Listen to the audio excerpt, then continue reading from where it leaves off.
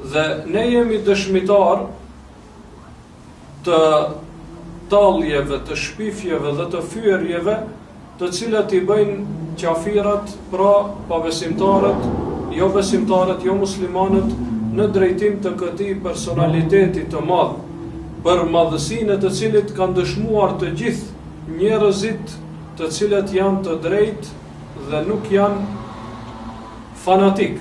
Të gjithë njerëzit e drejtë dhe fanatik, pa marrë parasysh nga ana e muslimanëve apo nga ana e qafirëve, kanë dëshmuar për madhësinë e këtij njeriu dhe për madhështinë e tij. Mirë po, jo rastisht dhe në raste kur ata pra dështojnë në sferën ushtarake dhe në sferën politike, mund të themi, që ta shuajnë islamin, apo që ta nënshtrojnë islamin, apo s'paku ta ndalin për hapjen e islamit, kur dështojnë këto sfera qafirat, ata kthehen pra në armën e vjetër, e cila është metode vjetër, nuk është diçka e re.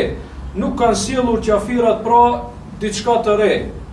Ofendimet ndaj pejgamberit alayhis salam datojnë që në datën kur ka filluar të përhap fjalën e Allahut subhanahu wa taala. Madje disa prej tyre ceken në Kur'an, i kanë thonë sihrbërës, i kanë thonë i çmendur, i kanë thonë poet, e kështu me radhë. Në momentin kur kanë dështuar ushtarakisht dhe intelektualisht, pra me argumente, me fjalë, t'i bindin muslimanët dhe ta ndërpresin hovin e tyre drejt pranimit të fesë Allahut subhanahu wa taala, janë kthyer te kjo armë. Dhe kjo është një armë e pandershme, nuk është metodë e ndershme. Nuk është metodë e ndershme që një personalitet i madh të shndrohet në objekt i talljes dhe fyerjes. Mirë po, kjo po ashtu e tregon se ata janë në fazën e dobësisë së tyre.